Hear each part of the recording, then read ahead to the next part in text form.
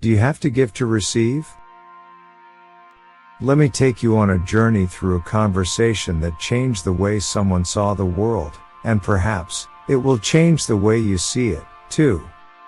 This story is about a man named Eli, who had been struggling with a question that most people wrestle with at some point in their lives: how can we receive something without giving something in return?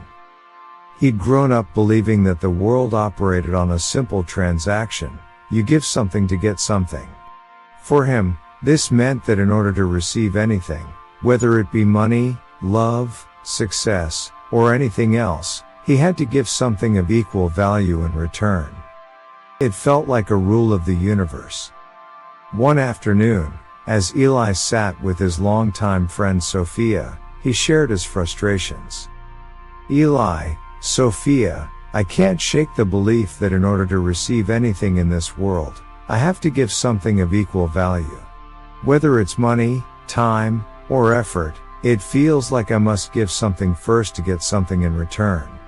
But no matter how much I give, I'm always left wondering if I'm missing something." Sophia, a woman who had spent years studying the deeper aspects of life, smiled knowingly and said, "Eli, I understand your struggle.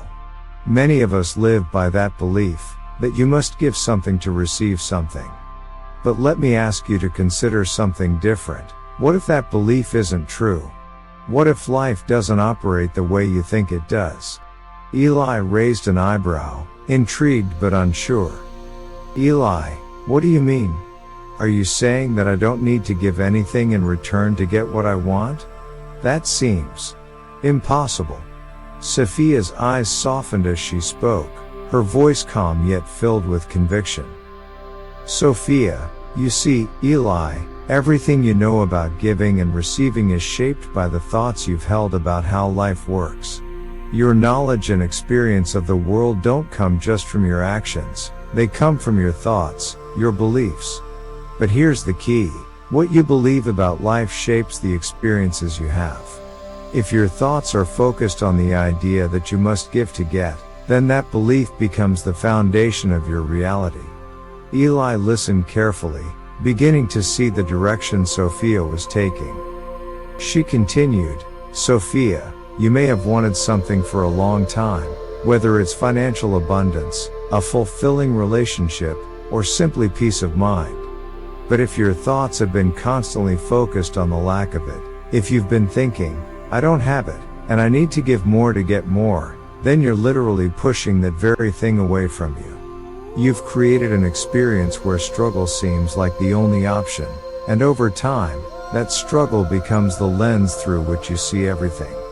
You conclude that success or abundance must always come with difficulty, that you must sacrifice or give endlessly to get what you desire." Eli's eyes widened as he began to see the pattern. It was as though Sophia had uncovered a hidden truth that had been eluding him for years. "Eli, so, are you saying that the belief that I need to give something of equal value is just a story I've been telling myself? That it's not the truth?" "Sophia, exactly, Eli. It's a story you've been living by. And like any story, it's based on your perception of life, what you've been taught, what you've experienced, and what you've accepted as truth. But what if there's a different way to look at things? What if the laws of the universe aren't based on a transactional mindset, where you must give something to get something? What if, instead, success and abundance come through alignment, not through constant effort and sacrifice?" Eli was still absorbing what she was saying, so Sophia took a deep breath and continued with a story of her own. "Sophia, let me tell you something that completely shifted my perspective. There was a time in my life when I struggled with this exact belief. I thought that success and abundance were always just beyond my reach, and I had to work harder, give more, and sacrifice even more in order to receive.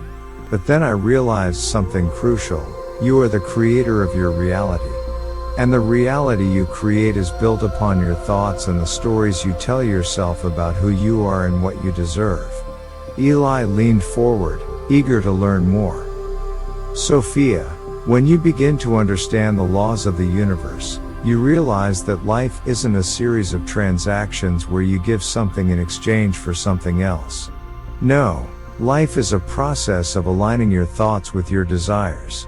When you do this, you begin telling a different story, a story that's not based on struggle or sacrifice but on abundance and ease. And when you shift your story, your reality shifts with it. That's when the universe begins to deliver what you've always wanted, not because you gave something, but because you aligned your energy with what you wanted. Eli's mind was racing. He had always believed that everything in life was earned through hard work and sacrifice. This new idea sounded almost too good to be true. Eli, but how do I do that? How do I stop believing that I have to give something to get something? How do I start shifting my story? Sophia smiled softly, as though she had been waiting for him to ask that question. Sophia, it starts with awareness, Eli. You need to be aware of your thoughts and beliefs. When you notice that you're thinking thoughts like, I have to work harder to get more, or I need to give more to receive, you must pause and ask yourself, is this really true? Is this serving me? And then, you consciously decide to tell a new story, one where abundance is your natural state, where success is attracted to you by the energy you put out into the world, and where giving doesn't come from a place of lack, but from a place of overflow. Eli felt a deep sense of relief wash over him. He had been carrying the weight of that old belief for so long, and now, it was as if a new path was opening before him. He could see how his mindset had been holding him back all along. Sophia, remember, Eli, only you can evaluate your effectiveness in this process. No one else can tell you where you should be, or how much you've given or received. Only you can decide what's right for you, and what your next step will be. So, trust yourself, trust the process, and begin to tell a new story. The story of abundance, of ease, and of alignment with the universe. The takeaway, the core of this story is simple. Your reality is shaped by your beliefs, and when you shift your beliefs, you can shift your reality. Life isn't about giving something to get something. It's about aligning your thoughts with your desires. The universe operates on laws that transcend the transactional approach of giving and receiving. When you understand and trust these laws, everything you've wanted can flow to you, not because you've given something, but because you've learned to receive with an open heart and a focused mind. So, the next time you catch yourself thinking you need to give more to get more, remember, you don't have to give to receive. You just need to align your energy with what you desire.